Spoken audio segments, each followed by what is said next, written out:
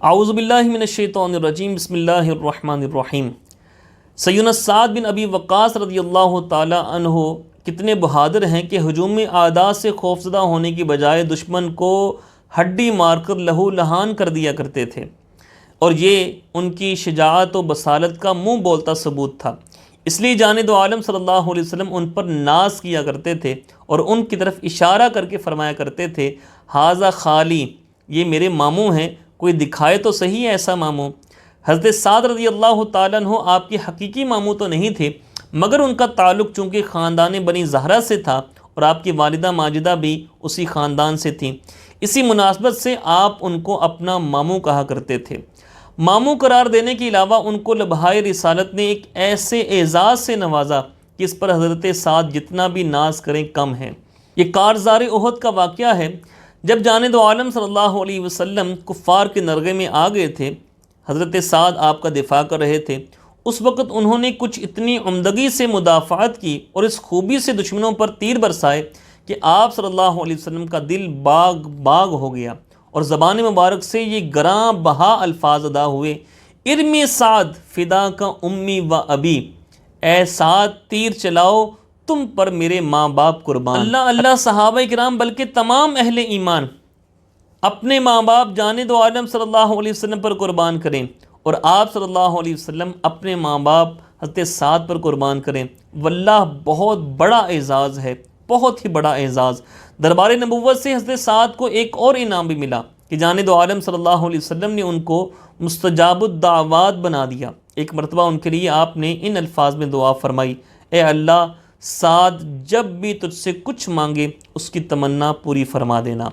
اس دعا کا یہ اثر تھا کہ سعد رضی اللہ تعالیٰ عنہ جو بھی دعا کرتے فوراً قبول ہو جاتی۔ ایک دفعہ حضرت سعد نے کچھ لوگوں کو ایک سوار کے گرد کھڑے دیکھا۔ سعد رضی اللہ تعالیٰ عنہ نے پوچھا کیا بات ہے، تو بتایا گیا کہ یہ سوار حضرت علی کی شان میں گستاخی کر رہا ہے، ان کو گالیاں دے رہا ہے معاذ اللہ۔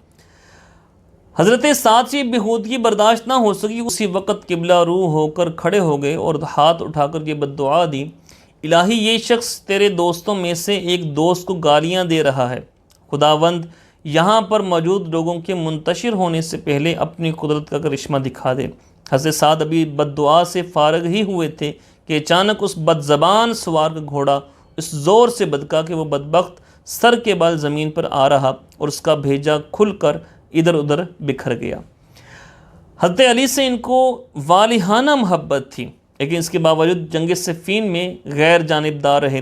علی و معاویہ رضی اللہ تعالی عنہما میں سے کسی کا بھی ساتھ نہیں دیا، کیونکہ جس تلوار سے وہ عمر بھر کافروں کے سر قلم کرتے رہے تھے اس کو مسلمانوں پر اٹھانا ان کو گوارا نہ ہوا۔ تاریخ اسلام اس مرد مجاہد کے لافانی کارناموں کو کبھی فراموش نہیں کر سکتی۔ فروق اہدی میں تسخیر ایران کے لیے جو لشکر بھیجا گیا تھا، اس کے قائد و سپہ سالار یہی سعد ابن ابی وقاص تھے۔ اس مرد حق پرست نے آتش پرست ایران کا بیشتر حصہ اپنے گھوڑوں کے سموں تلے رون ڈالا اور میدان قادسیہ میں دشمن کی لا تعداد افواج کو عبرتناک شکست دے کر ایران کے طول و عرض میں اسلام کا پرچم لہرا دیا۔ فجزاہ اللہ عنا وعن جمیع المسلمین خیرا۔ فاروق اعظم کو ان کی فہم و فراست پر اس قدر اعتماد تھا کہ زندگی کے آخری لمحات میں انتخاب امیر کے لیے جو 6 رکنی مجلس شورا نامزد فرمائی تھی، اس میں حضرت سعد رضی اللہ تعالی عنہ کو بھی شامل کیا تھا اور فرمایا تھا اگر سعد امیر منتخب ہو گئے تو ٹھیک ہے، ورنہ جو بھی منتخب ہو اسے چاہیے کہ سعد کی امداد و تعاون سے کام چلائے۔ ظلمت قدائے فارس کو نور ایمان سے منور کرنے والا یہ آفتاب ہدایت 55 ہجری کو غروب ہو گیا۔ وفات سے چند لمحے پیشتر ایک پرانا اونی جبہ نکلوایا، وصیت فرمائی کہ مجھے اس کا کفن پہنایا جائے، کیونکہ یہ وہ یادگار جبہ ہے جسے پہن کر میں نے غزوہ بدر میں مشرکین کے ساتھ جہاد کیا تھا۔ یہ اہتمام انہوں نے اپنی مغفرت کے لیے نہیں کیا تھا، کیونکہ وہ تو ان 10 خوش نصیبوں میں سے ہیں جن کے جنتی ہونے کا اعلان زبانی رسالت نے کیا تھا۔ یہ اہتمام شاید اس لیے تھا کہ بارگاہ الہی میں حاضری اس انداز سے ہو کہ حق و باطل کی اولین معرکہ میں شمولیت کی نشانی تن پر سجی ہو۔ رضی اللہ تعالی عنہ۔